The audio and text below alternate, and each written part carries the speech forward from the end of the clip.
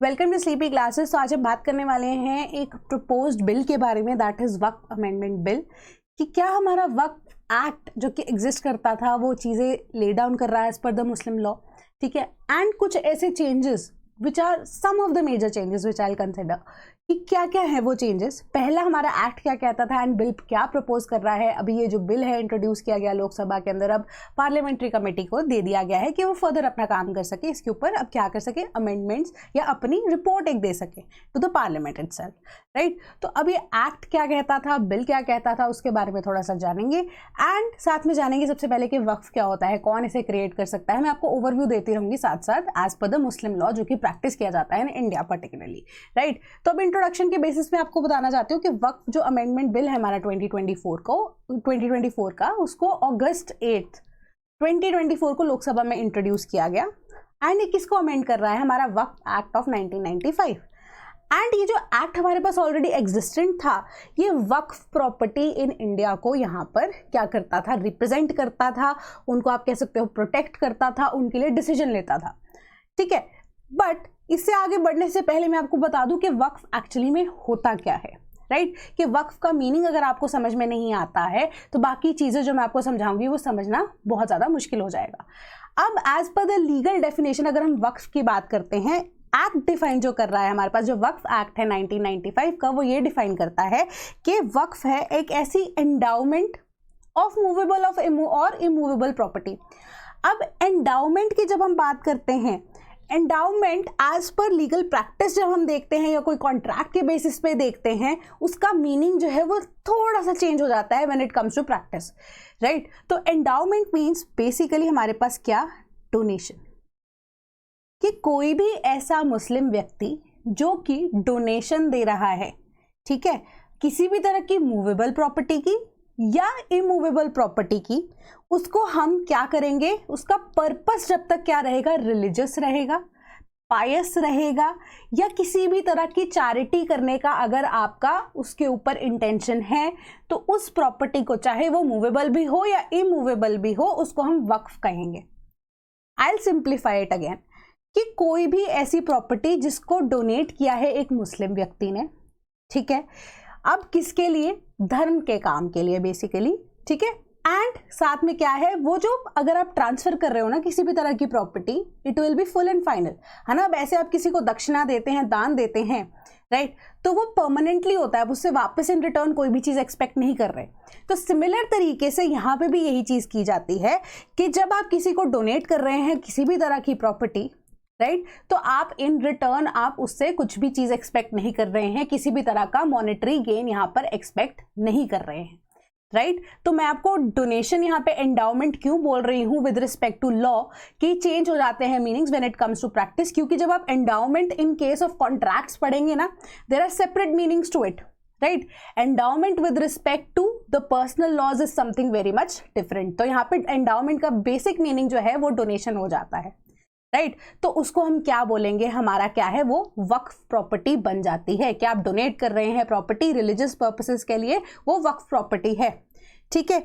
कोई भी अब जो वक्फ प्रॉपर्टी है अभी के अकॉर्डिंगली जो स्टेट के अंदर, हर एक स्टेट के अंदर एक स्टेट वक्फ बोर्ड बना होता है, ठीक है, वो ही उस वक्फ प्रॉपर्टी को यहाँ पर क्या करते हैं, मेंटेन करते हैं एंड इवन डिक्लेयर करते हैं।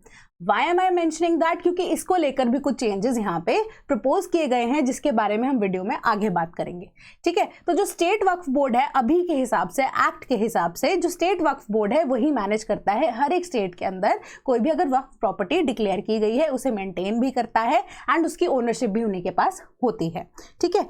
बट यहाँ वीडियो में ना आपको एक चीज ध्यान में रखने की जरूरत है, जहां पे मैं एक्ट वर्ड यूज कर रही हूं, यानी कि जो अभी ऑनगोइंग हमारा एक्ट चल रहा है, ठीक है, 1995 का एक्ट, वहां उसकी बात की जा रही है। एंड जहां पे मैं ये बिल वर्ड यूज करूंगी ना, मतलब ये कुछ प्रपोज्ड चेंजेस हैं, यानी कि हम एग्जिस्टिंग चीजों की भी बात करेंगे, साथ ही साथ जो डिफरेंट अब चीजें प्रपोज की गई हैं उसके बारे में बात करूंगी, ठीक है। तो अब जो बिल है वो क्या कह रहा है कि वक्फ एक्ट था ना, उसको नाम ही उसका बदलने की बात की जा रही है। नाम नया रखने का क्या प्रपोजल दिया गया है, that is United Waqf management empowerment efficiency and development act of 1995, right. इसके पीछे भी एक मेजर रीजन है, ये आपको लास्ट वाली स्लाइड में समझ में आएगा, तो इसे आप स्टार मार्क कर लीजिए एंड फॉलो करते रहिए वीडियो को भी, ठीक है। मैं आपको दोबारा ये चीज जो है वहां पे उस टाइम पे जब पहुंचेंगे हम उसको बताऊंगी, ठीक है। अब फॉर्मेशन ऑफ वक्फ कैसे होती है, ठीक है। वक्फ क्या है कि आपको डोनेशन जो है आप कब दे सकते हो, किस तरीके से दे सकते हो, ठीक है। सबसे सिंपल सी एक चीज है कि आप डिक्लेयर कर देते हो कि ये मेरी प्रॉपर्टी है, so on and so fourth, मैं आपको ये वक्फ प्रॉपर्टी के अंदर मैं चाहता हूं कि चली जाए, ठीक है। But as per Muslim law की प्रैक्टिस डिक्लेरेशन जो है, जब कोई व्यक्ति अब विद लीगल एयर या विदाउट लीगल एयर भी है, ठीक है, विदाउट लीगल एयर की बात छोड़ दीजिए, विद लीगल एयर अगर डेथ बेड पे है, ठीक है, एंड वो डिक्लेयर करता है कि मेरी सारी की सारी प्रॉपर्टी जो है मैं वक्फ में भेज देना चाहता हूँ, भगवान के नाम पे डोनेट कर देना चाहता हूँ, दैट इज नॉट एक्सेप्टेबल, ठीक है। Declaration in case of when a person is on death bed is certainly different, ठीक है। डिक्लेयर कर दी है एक नॉर्मल बंदे ने कि मैं अपनी सारी प्रॉपर्टी दे रहा हूं, दैट इज एक्सेप्टेबल। बट कोई व्यक्ति अगर डेथ बेड पे है तो वो डिक्लेरेशन जो है वो पूरी की पूरी प्रॉपर्टी की नहीं की जा सकती, ओनली 1/3 ऑफ द प्रॉपर्टी अभी के अकॉर्डिंगली आप डिक्लेयर कर सकते हैं एज वक्फ प्रॉपर्टी, ठीक है। पहली यहाँ पे इंट्रिकेसी मैंने आपको बता दी। दूसरी चीज कि recognition based on long term use Waqf by user, ठीक है, कि आपने एक बार प्रॉपर्टी किसी को दे दी है तो आप अपना ओनरशिप राइट रिलिंक्विश कर रहे हैं यहाँ पर, ठीक है, कि डोनेट कर दिया आपने कि वो आप ही खाया, अब मूवेबल प्रॉपर्टी है, इमूवेबल प्रॉपर्टी है, वो आप ही की है, ये चीज एक्ट बता रही है ना। अभी जो ऑनगोइंग हमारे पास प्रोविजंस हैं जो कि अभी इन आप कह सकते हो कि जो प्रैक्टिस किए जा रहे हैं उसी के अकॉर्डिंगली अभी जो आपने डोनेशन दे दी है, जो लैंड दे दी है, आप उसे वापस नहीं ले सकते, आपके पास ओनरशिप राइट्स वहां पर चले गए हैं उसके, ठीक है। तो अभी के अकॉर्डिंगली अगर आपने वो प्रॉपर्टी जो है दे दी है तो वक्फ बाय यूजर हो गया कि लॉन्ग टर्म से ये प्रॉपर्टी अगर चल रही है यूजेज के लिए, रिलीजियस पर्पसेस के लिए, तो वो अब क्या होगा हमारे पास वक्फ बाय यूजर हो जाएगा, ठीक है।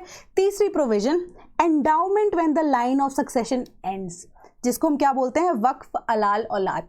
इसका बेसिक मीनिंग यही है, एंडाउमेंट मैंने बोला ना डोनेशन ऑटोमेटिकली डिक्लेरेशन के बेसिस पे नहीं, अगर कोई भी लीगल एयर यहाँ पर नहीं होता है मुस्लिम सक्सेशन के अकॉर्डिंगली, तो जो ऑलरेडी हमारे पास प्रॉपर्टी है दो तरीके से हो सकता है कि यहाँ पे काम किया जा सके। एक तो हमारे पास जब स्टेट गवर्नमेंट है एस्टीट्स के थ्रू, एस्टीट्स इज अ वर्ड, ठीक है, तो हम थोड़े और तरफ चले जाएंगे तो मैं इसको एक्सप्लेन नहीं करना चाहती। एस्टेट्स का मीनिंग देख सकते हैं कि जब कोई भी लीगल एयर के बगैर कोई भी व्यक्ति प्रॉपर्टी छोड़ के चला जाता है तो वो एस्टेट्स के थ्रू गवर्नमेंट के पास चला जाता है, एक जनरल सा मीनिंग यही है, ठीक है। वेयर एज अगर एंडाउमेंट आप डोनेट कर रहे हैं कि आपको पता है कि आपको कोई लीगल एयर नहीं है, ठीक है, तो आप क्या करेंगे, आप अगर डोनेट कर देते हैं वो प्रॉपर्टी तो इन दैट केस आपकी 1/3 प्रॉपर्टी वाला सिनारियो नहीं होगा, ठीक है। इन दैट केस आपकी पूरी की पूरी प्रॉपर्टी, अगर आपकी लीनियज जो है खत्म हो रही है तो पूरी की पूरी प्रॉपर्टी वक्फ के एज अ वक्फ वहां पे रजिस्टर कर ली जाएगी, ठीक है, दैट इज एक्सेप्टेबल, ठीक है।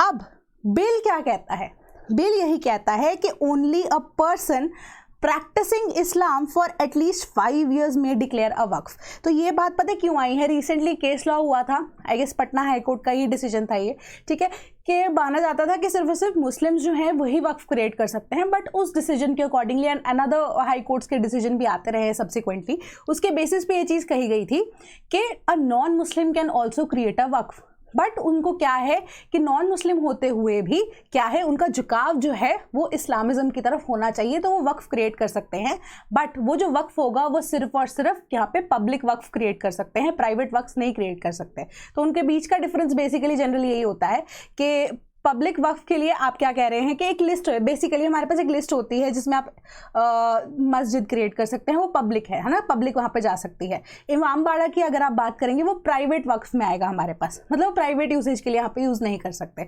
तो कुछ ऐसी सी बात थी। तो बिल जो है ये कह रहा है कि सिर्फ और सिर्फ ऐसा व्यक्ति जो पिछले 5 साल से एटलीस्ट फॉर 5 years अगर वो मुस्लिम रिलीजन को, इस्लामिज्म को फॉलो कर रहे हैं, सिर्फ वही वक्फ क्रिएट कर सकते हैं।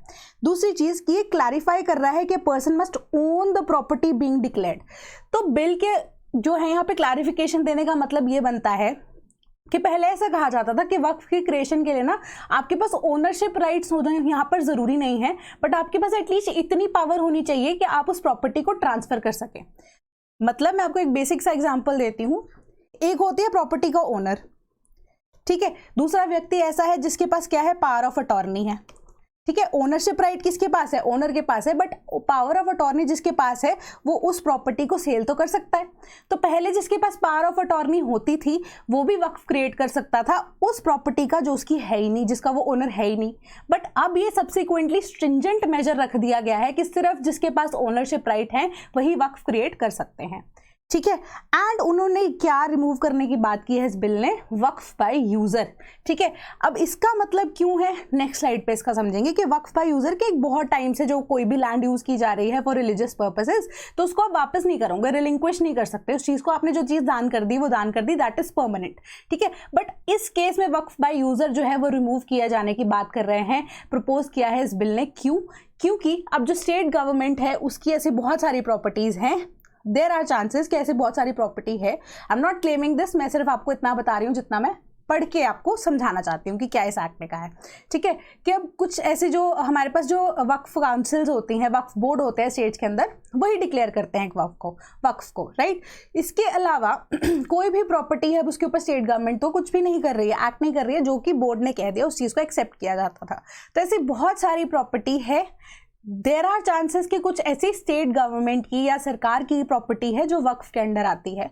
सो इन दिस बिल अगर वो पास हो जाता है ये बिल, तो स्टेट गवर्नमेंट क्या करेगी, उस प्रॉपर्टी को रीअसेस करेगी एंड हो सकता है स्टेट गवर्नमेंट वो प्रॉपर्टी वापस कर ले एंड जितनी प्रॉपर्टी वक्फ की एक्चुअली बनती है वो उन्हें वापस दे दी जाए, ठीक है। तो इसलिए क्या किया जा रहा है, रिमूव करना जरूरी था यहाँ पे वक्फ बाय यूजर का प्रोविजन, ठीक है। तो ये बिल जो है यही चीज प्रपोज कर रहा है।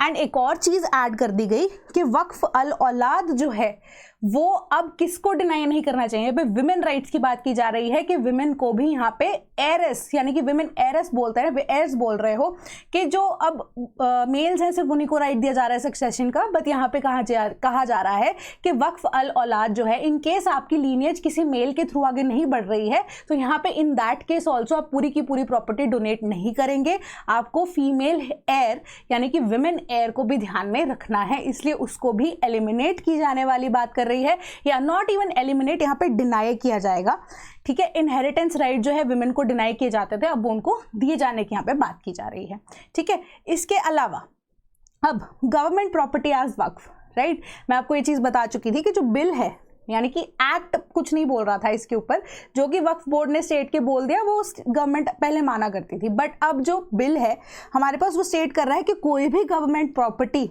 जो कि वक्फ के अंडर फॉल करती है it will cease to be so. तो इसलिए क्या किया, वक्फ बाय यूजर जो है उसको रिमूव करना जरूरी था, ठीक है। और जो कलेक्टर हैं एरिया के वो असेस करेंगे इस प्रॉपर्टी को, पहले यानी कि वक्फ बोर्ड के पास जो पावर होती थी वो उस चीज को हटा दिया गया है, स्टेट गवर्नमेंट को यहाँ पे सोल अथॉरिटी बना दिया गया है कि एक्चुअली में जो कलेक्टर हैं वो स्टेट गवर्नमेंट के जितने भी लैंड रेवेन्यू के रिगार्डिंग या लैंड लॉज जितने भी अब अप्रूव होते हैं, अप्लाई होते हैं एक स्टेट के अंदर, उसी के बेसिस पे यहाँ पर क्या होगा, रीअसेस किया जाएगा प्रॉपर्टी को, कौन सी प्रॉपर्टी एक्चुअली में स्टेट गवर्नमेंट की है, कौन सी प्रॉपर्टी वक्फ बोर्ड की एक्चुअली में एग्जिस्ट करती है या बनती है as per the records, land records जो कि ऑलरेडी एग्जिस्टिंग है एंड रेवेन्यू रिकॉर्ड्स जो कि ऑलरेडी अब स्टेट गवर्नमेंट के पास रिटर्न में यहाँ पर प्रोवाइड किए जाएंगे, राइट। तो उसी के बेसिस पे अब हमारे पास क्या है, हमारा वक्फ बाय यूजर जो है उसको एलिमिनेट किए जाने की बात प्रपोज की गई है। Then power to determine if a property is a waqf, पहले प्रॉपर्टी जो है वक्फ होगी कि नहीं वो कौन करता था, वक्फ बोर्ड डिसाइड करता था, बट बिल जो है इस चीज को रिमूव कर रहा है। अब सोल पावर किसके पास आ गई है इसको लेकर, स्टेट गवर्नमेंट, ठीक है। स्टेट गवर्नमेंट ही यहाँ पर अप्रूव करेगी कि कौन सी प्रॉपर्टी वक्फ प्रॉपर्टी होगी या नहीं होगी, ठीक है। अब वक्फ बोर्ड एग्जिस्टेंट तो रहेगा, बट अब क्या है, एक प्रोसेस जो है इनिशिएट हो गया है कि जो सोल पावर वक्फ बोर्ड के पास थी वो लेकर अब क्या है, स्टेट गवर्नमेंट एक प्रॉपर प्रोसेस के थ्रू यहाँ पे फॉलो किया जाएगा, ठीक है। कि पहले एक्ट जो है वो एम्पावर करता था वक्फ बोर्ड को कि वो इंक्वायर करे एंड डिटरमिन करे for properties of Waqf, but जो बिल है वो रिमूव करने की बात कर रहा है इस प्रोविजन को। देन सर्वे ऑफ अ वक्फ, के ऑलरेडी जो हमारे पास एग्जिस्टिंग प्रॉपर्टी है उसका सर्वे किया जाएगा। एक्ट के अकॉर्डिंगली पहले अपॉइंट किया जाता था किसको, एक सर्वे कमिश्नर को, एक एडिशनल कमिश्नर को, कि वो सर्वे करे एक वक्फ को before declaring it a Waqf. But अब जो बिल है वो एम्पावर किसको कर रहा है, कलेक्टर को, कि वो सर्वे करेंगे as per the land records and as per the land revenue या लैंड हमारे पास जितने भी कह सकते हो acts of a particular state, उसी के बेसिस पे यहाँ पे अब नई जो प्रॉपर्टी है उसको देखा जाएगा। एंड नॉट इवन नई जो पुरानी एग्जिस्टिंग प्रॉपर्टी है उसको भी रीसर्वे किया जाएगा, रिवैम्प किए जाने की यहाँ पे प्रोसेस की बात की जा रही है। यानी कि पेंडिंग सर्वेज जो है वो कंडक्ट किए जाएंगे as per the state revenue laws, जो कि स्टेट में डिफरेंटली एप्लीकेबल होते हैं। ठीक है, अब सेंट्रल वक्फ काउंसिल ऑलरेडी एग्जिस्टिंग काउंसिल है ये। ठीक है, तो ये काउंसिल का क्या काम होता है? मेन काम तो यहाँ पे स्टेट काउंसिल्स का ही होता है, स्टेट वक्फ बोर्ड का ही होता है। ये काउंसिल जो है सेंट्रल लेवल पे क्या करती है? हेल्प करती है, एडवाइस करती है, एड करती है, बहुत सारे मेंबर्स होते हैं इसके। एंड अब रिसेंटली क्या है कि जो काउंसिल के मेंबर्स है बोला गया था कि 20 से ऊपर नहीं होंगे as per the recent news. ठीक है, तो अब उसके अकॉर्डिंगली एक्ट अभी के अकॉर्डिंगली क्या स्टेट कर रहा है कि जो सेंट्रल वक्फ काउंसिल है वो एडवाइस कर रही है सेंट्रल और स्टेट गवर्नमेंट्स को और वक्फ बोर्ड्स को भी। एंड जो यूनियन मिनिस्टर इंचार्ज है किसके ऑफ वक्फ, वो कौन होंगे? एक्स ऑफिशियो चेयरमैन होते हैं इस काउंसिल के ऑटोमेटिकली। और जो एक्ट है वो रिक्वायर करता है या वो डिमांड करता है कि जो काउंसिल मेंबर्स हैं वो सारे के सारे मुस्लिम्स होंगे, जिसमें कम से कम सिर्फ 2 वुमेन होनी ही चाहिए। ठीक है, तो ये होनी ही चाहिए को थोड़ा सा हाईलाइटेड रखिएगा यहाँ पे, क्योंकि अगले ये जो मैं बात बताने वाली हूँ यहाँ पे क्या डिफरेंस है वो मैं आपको समझाती हूँ। अब बिल क्या इंसिस्ट कर रहा है कि 2 मेंबर्स जो है ना इस काउंसिल के 20 में से जो 2 मेंबर्स है एटलीस्ट नॉन मुस्लिम्स होने चाहिए। ठीक है, जितने भी आपके एमपीज, जजेस, ठीक है, एमिनेंट पर्सनालिटीज हैं जो कि इन काउंसिल्स में अगर आप इंक्लूड करते हो, नेसेसरली ऐसा नहीं होना चाहिए कि वो सिर्फ मुस्लिम्स हो, आप नॉन मुस्लिम्स को भी यहाँ पे इन्वॉल्व कर सकते हैं, दैट इज योर चॉइस। ठीक है, तो यहाँ पे इस चीज को कंपल्सरी नहीं रखा गया है, इस चीज को कहा गया है कि ये आपकी मर्जी है कि नेसेसरली नहीं है कि जजेस, एमपीज, एमएलएस को यहाँ पे मुस्लिम होना ही जरूरी है। ठीक है, इसके अलावा अब कुछ ऐसी पोस्ट्स हैं या कुछ ऐसी इंपॉर्टेंट पोजीशंस हैं जिसके लिए आपको स्पेसिफिकली मुस्लिम्स या मुस्लिम मेंबर्स जो है रखने हैं, आप रख सकते हैं। Those important personalities must consist of certain amount of qualifications. अब वो क्वालिफिकेशंस कौन सी हैं कि रिप्रेजेंटेटिव हो सकते हैं मुस्लिम ऑर्गेनाइजेशंस के, जो कंपल्सरीली यहाँ पर इस्लामिक ही हो। ठीक है, and scholars in Islamic law, then chairperson of waqf board, आप इनको काउंसिल में बिल्कुल इंक्लूड कर सकते हैं, that is your choice. And compulsorily वो इस्लाम धर्म को यहाँ पे फॉलो करने चाहिए। Then of all the other members 2 must be women. पहले कहा गया था कि 20 में से एटलीस्ट जो 2 हैं वो वुमेन आप रख सकते हैं। अब यहाँ पे कंपल्शन किस चीज के लिए डाली है कि ये 20 में से जो 2 हैं पक्का ही पक्का इसमें 2 वुमेन होनी ही चाहिए। ठीक है, 2 जो मेंबर्स हैं आप उसको नॉन मुस्लिम्स रखें, वो आपके पास चॉइस है। ठीक है, बट जो 2 मेंबर्स हैं यहाँ पे विमेन तो पक्का ही एग्जिस्ट करनी चाहिए। पहले एक्ट क्या कह रहा था कि हमारे पास जो मुस्लिम विमेन है आप रख सकते हैं एटलीस्ट 2, है ना। यहाँ पर बोला गया 2 मस्ट बी वुमेन, जो मस्ट है वो थोड़ा सा अथॉरिटेटिव यहाँ पे बिल आपको दिखा रहा है। ठीक है, तो वक्फ बोर्ड के जो मेंबर्स हैं उनके बारे में थोड़ा सा डिस्कस कर लेते हैं। वक्फ बोर्ड में जो एक्ट अभी के अकॉर्डिंग प्रोवाइड कर रहा है कि जो एमपी हैं, एमएलए हैं, एमएलसीज, लेजिस्लेटिव काउंसिल के जो मेंबर होते हैं एंड बार काउंसिल के मेंबर्स जो स्टेट बोर्ड के, वो इसका पार्ट बन सकते हैं, वक्फ बोर्ड का पार्ट बन सकते हैं। ठीक है, बिल जो है ये कह रहा है कि इंस्टेड कि जो स्टेट गवर्नमेंट है वो एक एक व्यक्ति को नॉमिनेट करे from each of the above background to the board. ठीक है, कि पहले तो बोर्ड के मेंबर कोई भी बन सकता था, बट अब स्टेट गवर्नमेंट एटलीस्ट एक एक मेंबर को खुद से ही नॉमिनेट करे इस बोर्ड के अंदर, चाहे वो स्टेट लेवल पे जो बनते हैं हमारे पास स्टेट वक्फ बोर्ड। ठीक है, and they need not to be Muslims, जरूरी नहीं है कि वो मुस्लिम्स हों। ठीक है, देन ये एड ऑन भी क्या करता है ये बिल कि जो बोर्ड मेंबर हैं इसके अंदर 2 नॉन मुस्लिम मेंबर्स कंपल्सरीली हों, जिसमें से एटलीस्ट एक मेंबर शिया कम्युनिटी का हो, एक सुन्नी मेंबर हो और एक other backward communities of Muslims include किया जाना चाहिए जरूरी तरीके से। ठीक है, ताकि इक्वल रिप्रेजेंटेशन मिले।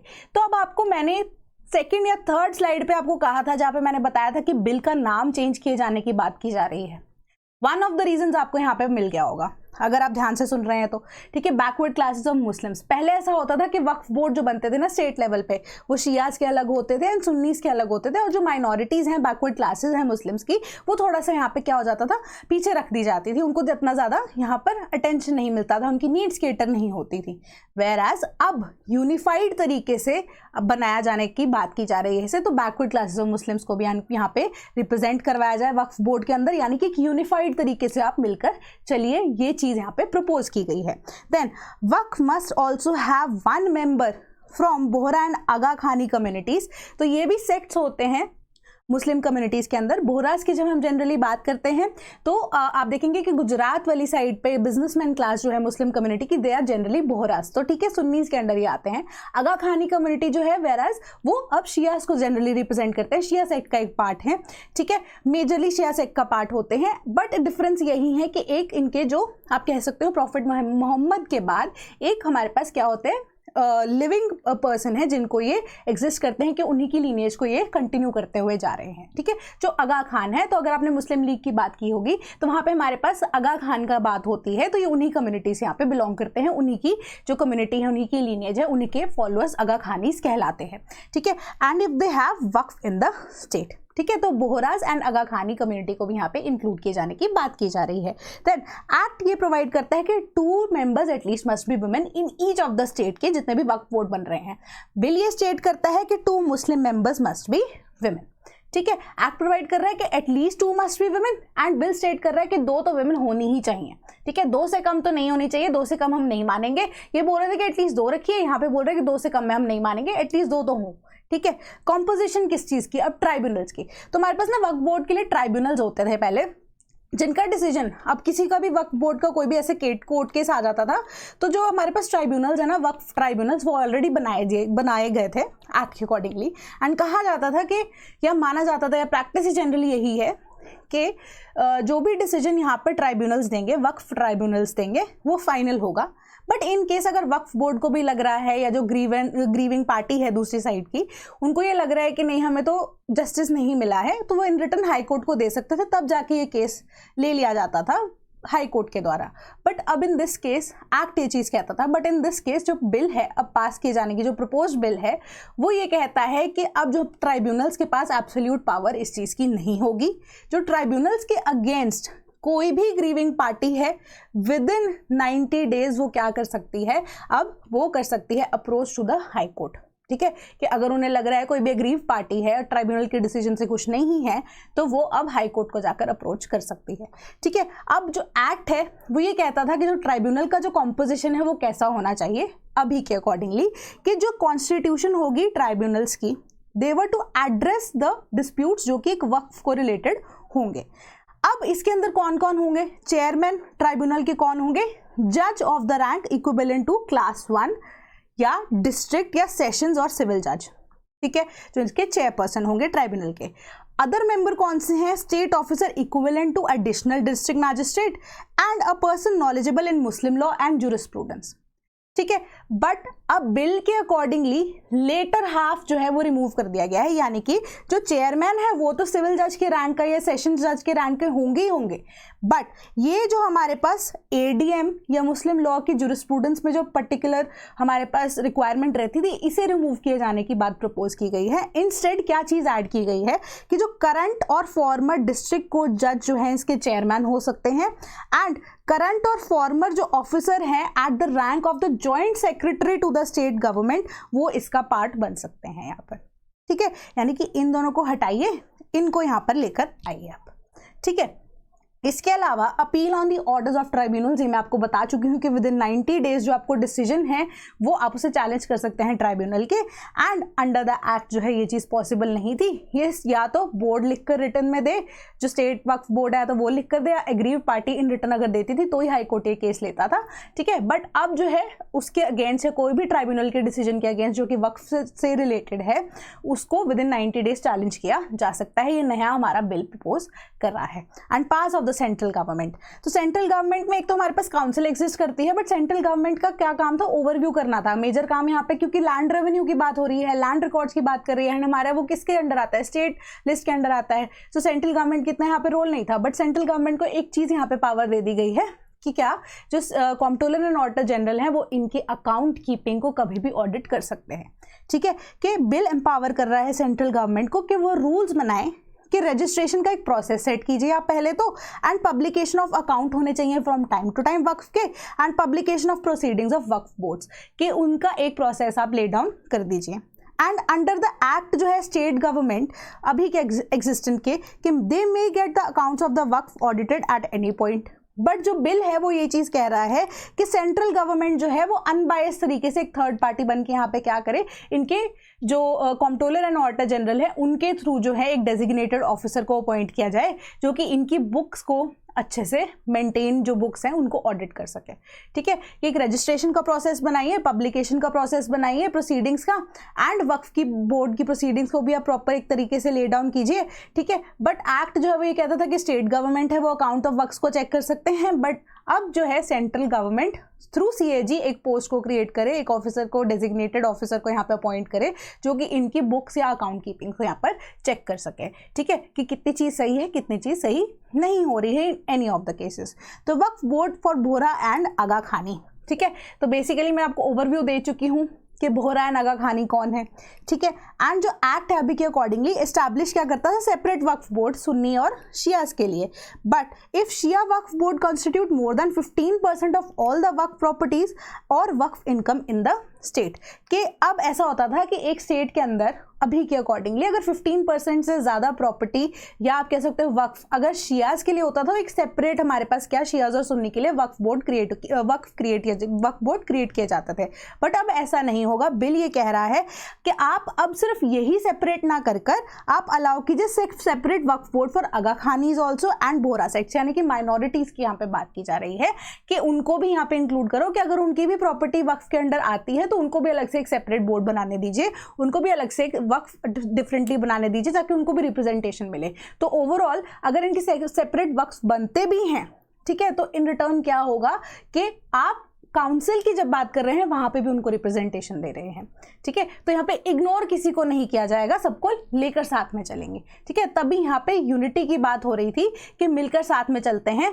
ठीक है, तो मैंने आपको क्या कहा था यहाँ पे कि एम्पावरमेंट की बात हो रही है, यूनाइटेड तरीके से वक्फ की मैनेजमेंट होगी काउंसिल्स के थ्रू भी। ठीक है, एंड बोर्ड्स को क्रिएट करके भी एम्पावर भी किया जाएगा क्योंकि माइनॉरिटीज़ को भी यहाँ पे मुस्लिम्स की इंक्लूड किया जा रहा है। एफिशिएंट तरीके से काम करेंगे, क्यों? क्योंकि एक प्रॉपर प्रोसेस को ले डाउन किया जाएगा एंड डेवलपमेंट की जाएगी अकॉर्डिंगली। इसीलिए इस एक्ट का नाम जो है वो चेंज किए जाने की यहाँ पर प्रपोजल है। ऑल द वे मोर मैंने सिर्फ आपको यहाँ पर इंफॉर्मेशन दी है। मैं कोई ऐसे रिलीजियस सेंटिमेंट हर्ट करने की या किसी को भी अगेंस्ट या फॉर नहीं बात कर रही हूँ। मेरा काम यहाँ पे सिर्फ इन्फॉर्मेशन देना है। In case if I hurt you, I am very very sorry for that. ठीक है, बट इन केस अगर आप UPPCS की तैयारी कर रहे हैं तो we have a batch 2 for you कि आपको अक्टूबर में प्री आ चुका है। ऑलमोस्ट लेक्चर्स भी हमारे कंप्लीट हो चुके हैं। अब रिपीटेडली टेस्ट जो है वो ऑनगोइंग है। तो आपको क्या मिलेगा यहाँ पे, टॉपिक वाइज लेक्चर्स मिलेंगे उत्तर प्रदेश जनरल स्टडीज़ के रिगार्डिंग भी, एंड आपके नॉर्मल जनरल स्टडीज़ का जो UPSC से ओवरलैप कर रहा है सिलेबस, उसके भी आपको ऑलरेडी रिकॉर्डेड लेक्चर्स मिलेंगे। कंपाइलेशन मिलेंगी करंट अफेयर्स की 2023 ऑनवर्ड्स, यूपी स्पेसिफिक की भी, एंड साथ में जो जनरल हमारे करंट अफेयर्स रहते हैं उनकी भी। 20 टेस्ट आपको यहाँ पे दिए जा रहे हैं। PYQs आपको प्रीलिम्स के और मेंस के भी दिए जाएंगे। बेसिकली एक फाउंडेशन बैच है। प्री के साथ साथ मेंस की भी तैयारी हम एक साथ करेंगे। प्री हो जाता है फिर मेंस की तैयारी शुरू करेंगे। Further all together we'll achieve, right, will try to at least achieve कि आपका जो पेपर है वो क्लियर हो जाए। ठीक है, आप बढ़ेंगे तो हम भी बढ़ेंगे साथ साथ। ठीक है, बैच 2 हो रहा है and only at a price of ₹12,000 only. And अगर आप कॉल करते हैं 1800-890304 आपको इसके ऊपर भी डिस्काउंट मिलेगा। कोई भी अगर डाउट होता है, लिखना चाहते हैं, बात नहीं करना चाहते हैं तो sleepy.classes@gmail.com पे आप मेल करके हमें अपना जो व्यू पॉइंट है या आपकी क्या क्वेरी है वो भी आप हमें बता सकते हैं। बट इन केस प्री की तैयारी कर चुके हैं बट अब टेस्ट देना चाहते हैं तो we have the test series for prelims general studies only for you as well, जहाँ पे आपको 10 फुल लेंथ टेस्ट मिलेंगे। ठीक है, एंड 25 प्रैक्टिस क्वेश्चंस वीकली मिलेंगे। तो जो प्रैक्टिस क्वेश्चंस हैं वो स्पेसिफिकली UPPCS के यूपी वाले मॉड्यूल को केटर करेगा, जहाँ पे उत्तर प्रदेश स्पेसिफिक आपको वीकली टेस्ट के क्वेश्चंस दिए जाएंगे एंड मॉडल साइनॉप्सिस यानी कि आंसर्स के एक्सप्लेनेशन के साथ। और इन्हीं में से एक टेस्ट आपका PYQ बेस्ड होगा एंड एक्सेस आपको दिया जाएगा उत्तर प्रदेश के करंट अफेयर्स का, जो कि जनवरी 2023 ऑनवर्ड्स आपको दिए जा रहे हैं as per the syllabus pattern जो कि UPPCS फॉलो करता है। Right, all at a price of ₹4,999। Again इसके ऊपर आपको डिस्काउंट, कोई भी ऑन गोइंग कूपन अगर आप लगाते हैं इसके ऊपर वैलिड रहेगा। ठीक है, that was all for today and do comment what do you want कि हमें और बेटर करना चाहिए, या और आपको क्या लगता है कि आपका ओपिनियन इस बिल को लेकर क्या है and what should be done, what should not be changed, everything. Right, तो नेक्स्ट वीडियो में मिलते हैं। Thank you so much.